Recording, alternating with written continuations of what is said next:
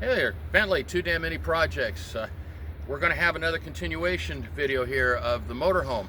The other day we put one up that showed the wiring, primary systems, how they are set up in a motorhome when you buy a motorhome, and how they cause problems, make everything run down. You end up waking up with no heat, refrigerator's dead, and your vehicle won't start. We go chase a jump start on it to get it going.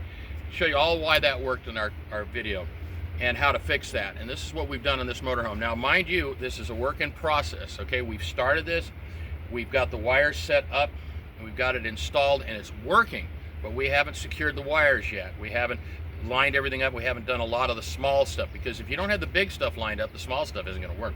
But if you come over here and take a look at here, we have house batteries right here. And those are for the coach. They run the motor, they run everything. This is a start battery, and it only does one thing, starts the motor.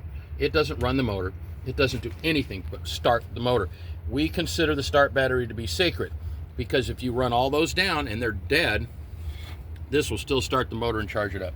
Now, what we're doing with the system makes it totally different.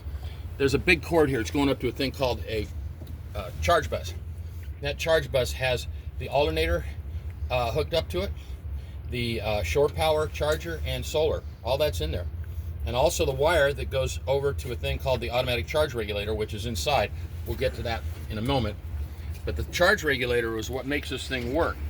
Now, we've talked about the terminal ends and the terminals and everything. We've done that on here. It's all secured. We use the blind terminals where you don't get any corrosion in here. It's just totally sacred.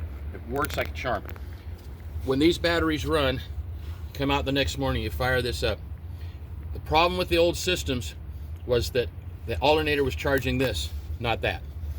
So this was getting cooked, those were getting starved. That's why people go every year, year and a half, 2 years, all new batteries, because of the fact that they aren't charging correctly. Now, the house batteries, the primary batteries, they get charged first. When the start battery goes off, it's usually 5-10 seconds, and maybe, just for argument's sake, 5 or 10 minutes to charge the thing back up where it belongs. The automatic charge regulator turns on power to this battery in order to charge it. That's the beauty of this thing. This only gets enough charge. When it hits the top of its charge, the ACR shuts off, and you go back to 100% charging in the house battery. That way, look, I got people, they blow up refrigerators. They have tons of problems. Those 12-volt refrigerators can't stand low voltage. It just doesn't work for them. All the lights go out. They're cold when they get up in the morning. You go camping in one of these things, and it's a nightmare. Not with this system. That's why we're changing this. Now, come on over this way. We're going to show you a couple things. This unit had relay style battery switches, and I got to tell you, I hate those. They take power. They're extra problems. We put in battery switches right here where you can open the door, reach in there, turn them on.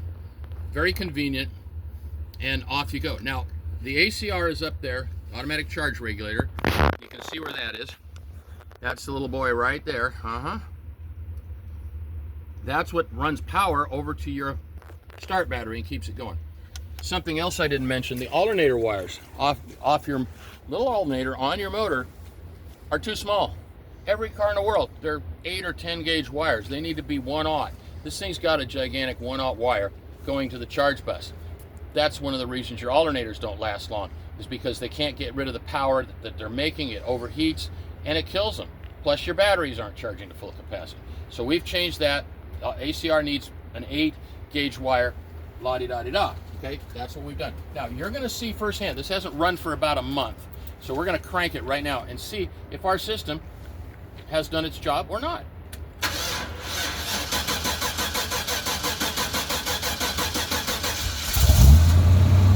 There you have it. Every time. Every time. When this coach came in, it would never start after a day or two. That's it, the batteries were dead. Continual drains. And now, after a month, we're shutting the batteries off, but so was everybody else. The batteries weren't shutting off. It was the automatic relay system that was probably sucking the power out. I'm not gonna leave this running. Tell you, we did not start this first. I was gonna do that, but I said, no, let's just see what happens. Everybody's got to see what happens. If we have a problem here, well, you're gonna hear about it, and we're gonna show you how we fixed it. That's how it works. So there you have it. Primary system in. We've got to do the housekeeping on it. Then we can start working on the little stuff. And then this thing is just really, you know, it's going to be in a good place. It's a 1990, and these older ones are better than the new ones. Way better. Alrighty, well, thank you for watching, and we will talk to you later. Don't forget to like and subscribe.